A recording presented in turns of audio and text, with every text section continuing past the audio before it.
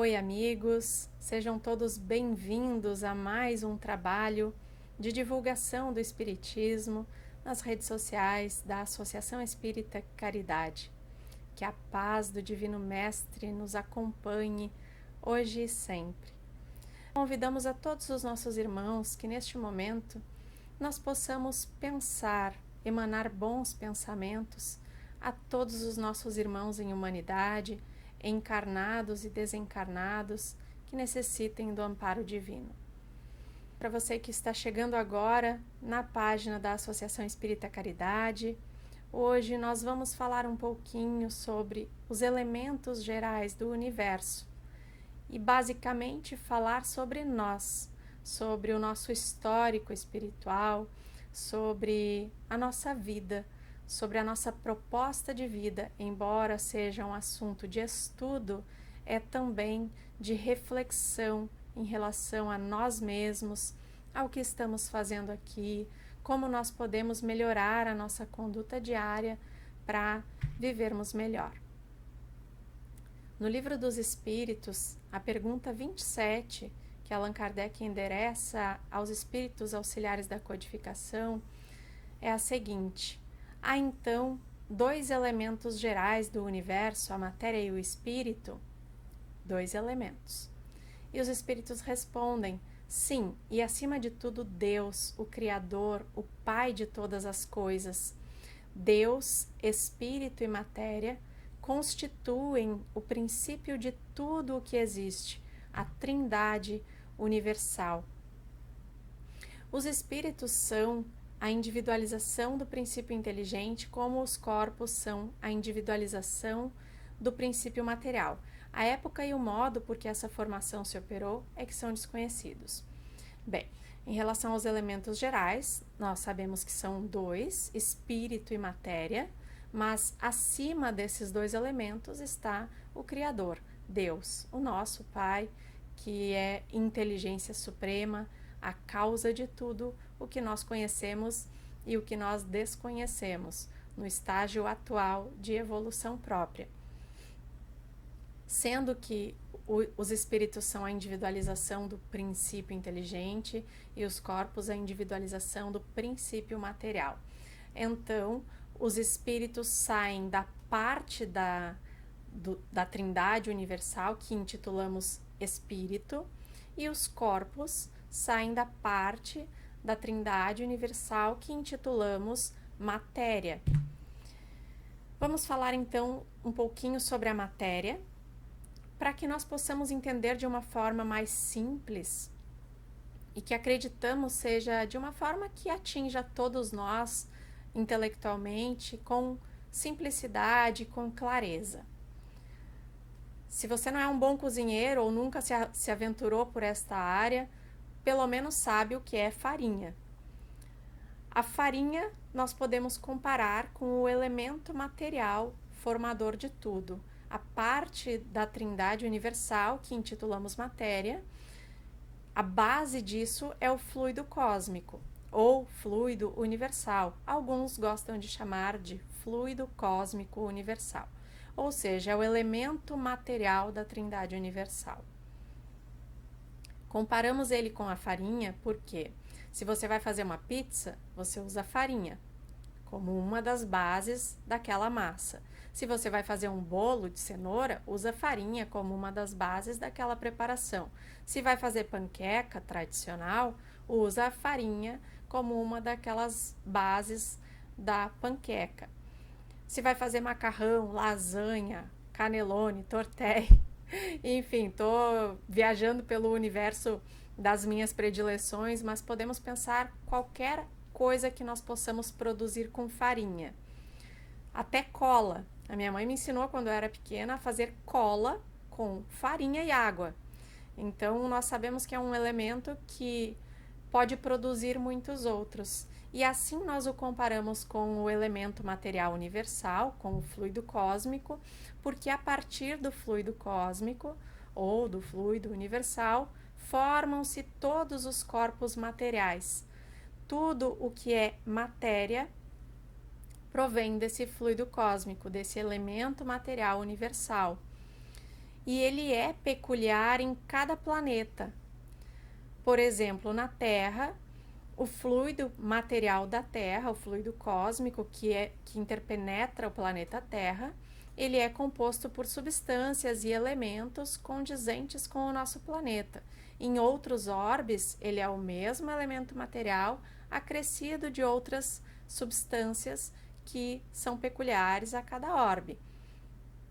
Já o espírito, a parte do todo espiritual, a parte espiritual da Trindade Universal, nós podemos comparar, quando falamos em individualização do princípio inteligente, nós podemos compará-lo com a energia elétrica.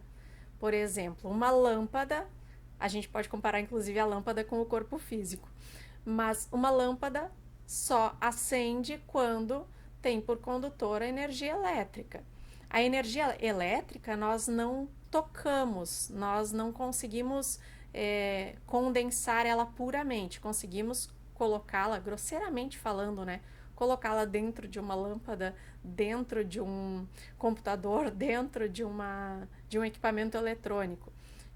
É uma comparação bem grosseira e nada técnica, mas nós utilizamos os equipamentos eletrônicos funcionando através da energia elétrica.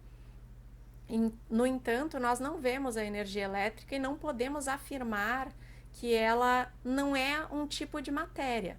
Assim, nós comparamos com o espírito, a individualização do princípio inteligente, o ser inteligente da criação.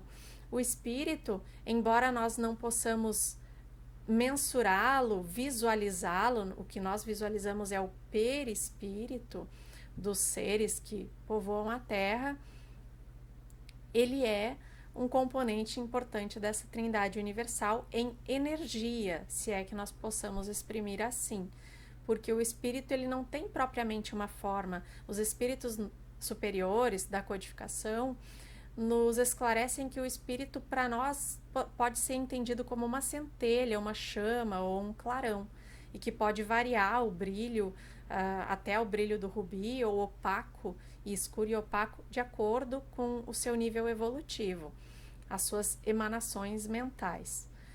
Então nós temos aí os dois elementos gerais do universo, e parece uma certa contradição falar em Trindade Universal e em dois elementos, mas é basicamente isso. Os elementos gerais do universo são o espírito e a matéria, e acima deles a divindade, o nosso Criador. Os espíritos povoam o universo fora do mundo material, são individualidades inteligentes, incorpóreas, criadas por Deus, sendo assim os seres inteligentes da criação. Todos foram criados simples e ignorantes.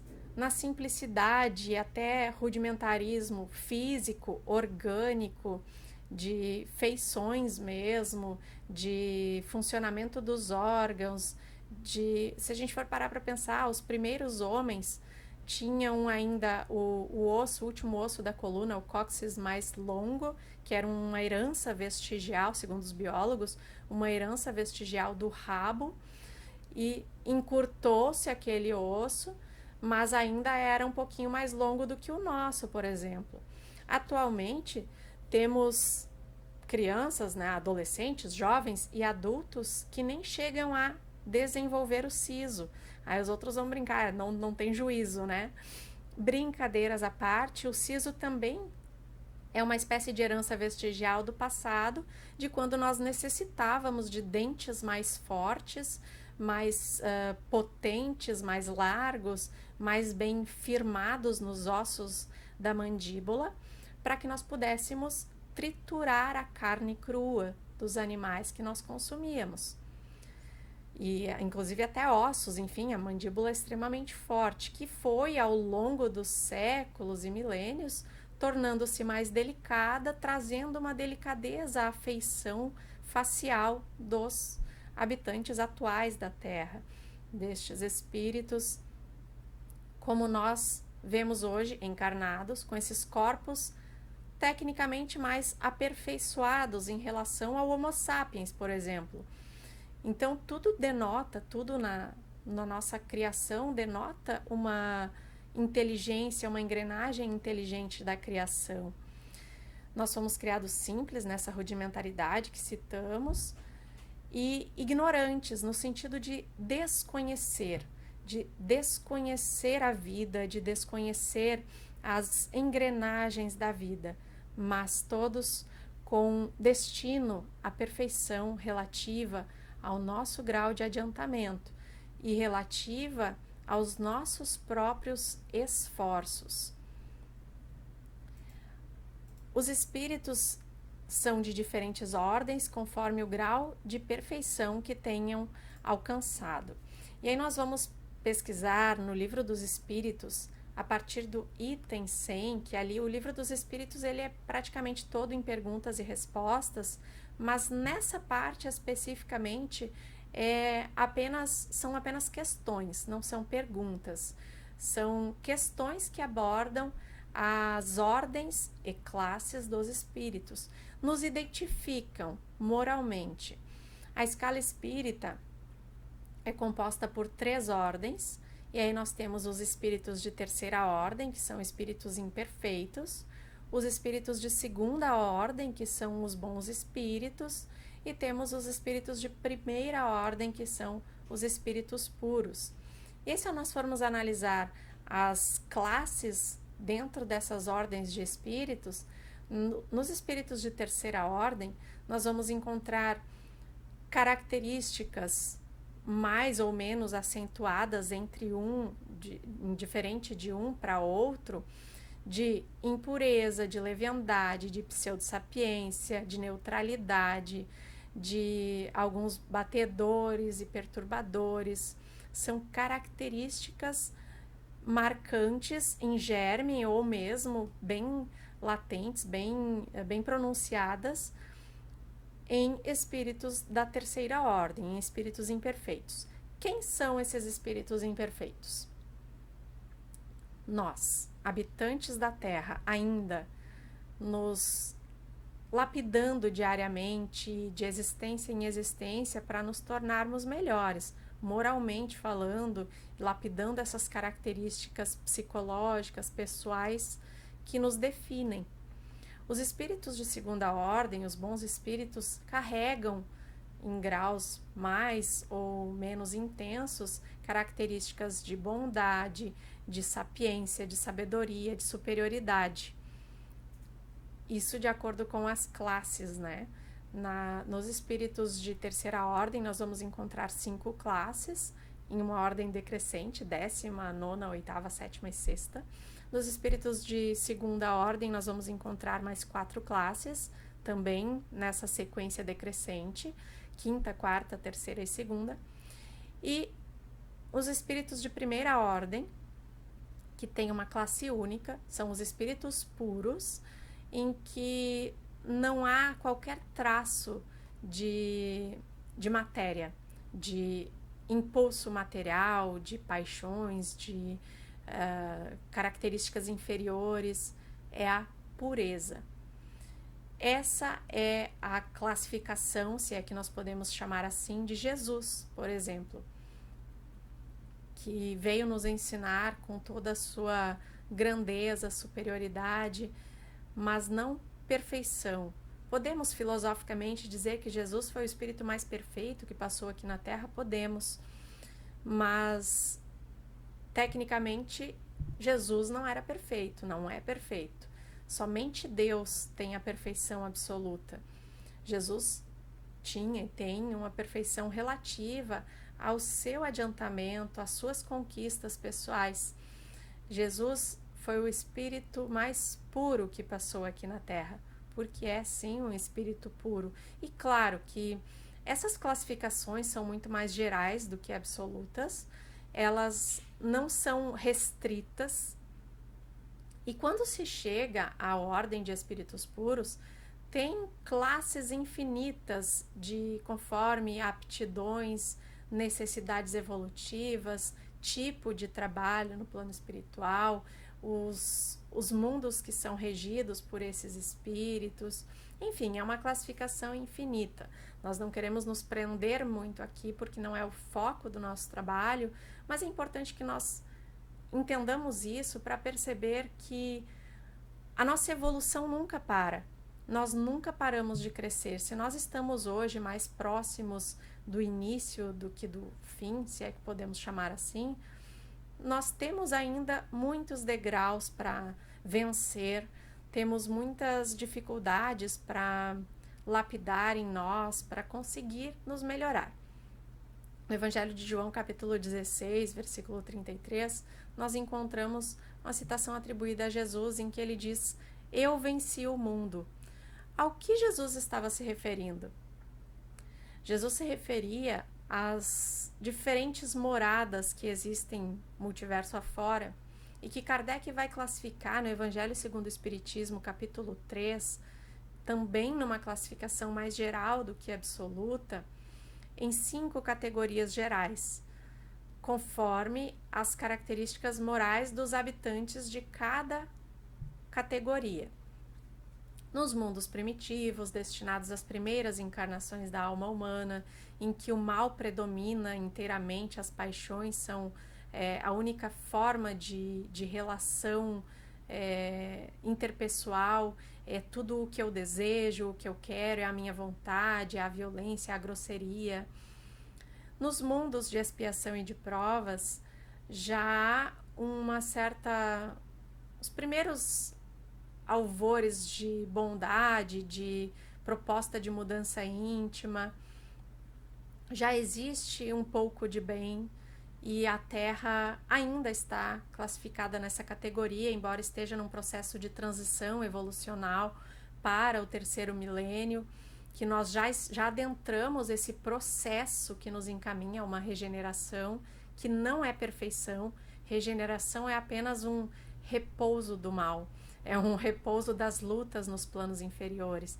A regeneração já é esse 3º estágio, essa 3ª categoria de mundos, onde já há um equilíbrio entre o bem e o mal, porque nos mundos de expiação e provas, nesses planetas classificados como de expiação e de provas, o mal ainda predomina, embora não seja reinante completamente como nos mundos primitivos, mas o mal ainda predomina. Já nos mundos de regeneração, nós encontramos esse aspecto de equilíbrio. Depois disso, nós temos os mundos felizes ou ditosos, em que há ainda uma parcela de maldade, de inferioridade, é melhor falando, de sentimentos inferiores, de conduta inferior, mas o bem vence. A maior parte da população que compõe esses planetas, esses orbes, esses mundos destinados a serem moradas ditosas, ou seja, moradas felizes, a maior parte desses espíritos são bons, ou pelo menos propensos ao bem, tendo suas dificuldades, mas ainda ali há as reencarnações, há essa proposta de crescimento através das encarnações. Não para todos. E já na 5ª categoria, mundos celestes ou divinos, de um desses mundos com classificação de celeste ou divino, esses mundos são destinados a espíritos puros, onde o bem predomina completamente. E é de um desses mundos que veio Jesus, para nos auxiliar o progresso humano, para nos trazer a sua moral, a sua ideia de amor ao próximo, de amor a Deus, de uma espiritualização. Porque Jesus em todos os momentos veio falar da vida futura, falar que a vida continua, da nossa conexão com Deus. E quando ele disse no Evangelho de João, capítulo 16, versículo 33, eu venci o mundo, é a essa escala que ele se refere. Do primitivismo à celestialidade, Jesus passou por todas essas etapas. O tempo que ele levou para passar por cada uma, talvez milênios, nós não sabemos, não é necessariamente o mesmo tempo que outros espíritos, também puros, que coordenam outros orbes, passaram, porque cada um leva um tempo. Se nós formos parar para observar, Nós mesmos, entre membros da mesma família, temos um distanciamento moral às vezes muito grande de um e de outro, independente de religião. Nós temos sim diferenças. Então, com os espíritos que se tornaram puros, não é diferente. Todos eles chegaram à pureza de espírito em tempos diferentes. E cada um de nós vai atingir esse estágio. Mas é importante que nós vivenciemos o presente com autonomia e desejo de fazer o bem. Nós estamos falando sobre os elementos gerais do universo, espírito e matéria. Nós falamos um pouquinho sobre o espírito, mas é importante também falarmos sobre o complexo humano. Na pergunta 135A de O Livro dos Espíritos, nós vamos encontrar a resposta, né, a esta pergunta, indicando que o homem é formado de 3 partes essenciais. A primeira é o corpo, ou ser material, análogo ao dos animais, e animado pelo mesmo princípio de vida, pelo mesmo princípio vital. Mas, estamos falando do corpo físico, mas é bem parecido com o corpo, a estrutura corpórea dos animais em geral. O segundo é a alma, ou espírito encarnado, que foi trazida essa classificação porque Kardec queria saber se tinha diferença entre espírito e alma. E os benfeitores explicam que, se assim nós podemos definir, o espírito é o ser da criação que está fora do mundo corpóreo, ou seja, não está em um corpo, e quando em um corpo, este espírito é chamado de alma. Mas é só uma questão de nomenclatura, não vai interferir no nosso entendimento do que seja um e outro. Nós podemos sim tratar um pelo outro, mas tecnicamente espírito é desencarnado e alma é encarnado. O espírito é encarnado, que tem no corpo a sua habitação. A terceira parte essencial é o princípio intermediário, ou perispírito, ou corpo espiritual. O perispírito é o envoltório do espírito. Ele é fluídico, semimaterial, serve de ligação entre o corpo e a alma, e o perispírito sobrevive, subsiste além do sepulcro. Quando nós ouvimos alguém falar que determinado conhecido já desencarnado foi visto, ou alguém fala assim, eu vi o espírito do fulano, na verdade não viu o espírito, viu o perispírito. E é sobre essa questão também que nós não podemos deixar de falar. Esse corpo espiritual, ele identifica aquele espírito encarnado. Eu, por exemplo, se desencarnar hoje, quando me for permitido aparecer para alguém, se for permitido, se for essa a proposta, para que a pessoa, o médium vidente que me enxergue, me reconheça, me identifique, eu vou me apresentar perispiritualmente com esta forma física, para que a pessoa possa me reconhecer, dependendo da finalidade que tiver aquela intervenção, aquela espécie de comunicação visual, de vidência. Mas, como o perispírito tem um extremo poder plástico, eu posso modificá-lo tanto nas feições, utilizando, claro, tudo de acordo com o meu merecimento e a minha capacidade espiritual. Por exemplo, como o perispírito vai se modificar pelo comando do pensamento, eu posso também me apresentar com um perispírito que me identifique com outra existência, com a aparência que eu utilizei no corpo físico de outra existência. Isso depende muito da situação, do nível evolutivo do espírito, da necessidade de apresentar-se desta ou daquela forma. Mas é sempre o progresso espiritual que vai garantir a renovação do perispírito. É o meu nível de progresso espiritual. Por exemplo, espíritos inferiores, apegados ao mal, por vezes destroem tanto a sua forma espiritual, o seu corpo espiritual, que acabam destruindo ele, por vezes apresentando formas animalescas, como no caso de espíritos, de videntes que viram espíritos com uma forma de lobo, de monstro. Esse processo nós chamamos na doutrina espírita de licantropia, quando o perispírito apresenta uma forma animalesca e que assusta por ser uma forma bem imperfeita, inferior, carregada de emanações vibracionais negativas, baixas, densas, mas isso está de acordo com, como falamos, o grau evolutivo, o progresso espiritual daquela individualidade. O espírito não perde a sua individualidade, porque o espírito não morre, não se destrói nunca, porque foi criado por Deus simples e ignorante, mas é imortal. Não é eterno, porque eterno só Deus o é. Mas o espírito é imortal. Entretanto, o perispírito pode sim destruir-se. De que forma? Queimar, destruir. Quando um espírito é muito apegado ao mal, quando se compraz no mal e não vê possibilidade, não deseja fazer o bem, ele acaba destruindo tanto o próprio perispírito pelas suas ações no mal, acaba destruindo, uma espécie de oxidação ocorre no seu perispírito e ele perde a forma humanoide, cabeça, tronco e membros, e se transforma numa espécie de bola ovoide.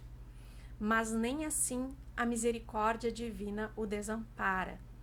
De que forma, então, um espírito que fez tanto mal a ponto de destruir-se perispiritualmente, destruir o seu corpo espiritual, a sua forma física na espiritualidade, pode refazer-se se ele não tem intenções de fazer o bem? A divindade sempre sabe quando chega o momento de cada um. Como nós costumamos dizer, não há mal que sempre dure, nem bem que dure para sempre. Chega um momento em que o espírito precisa progredir e ele é encaminhado automaticamente a um lar. A misericórdia divina atua proporcionando a ele a oportunidade de uma encarnação, para que neste contato fluídico e físico com o corpo, formando um corpo físico, e com as emanações mentais da família que o receberia, de amor, de afeto, que nas zonas inferiores são desconhecidos, sentimentos desconhecidos para esses espíritos, não são presentes, o auxiliam a refazer-se.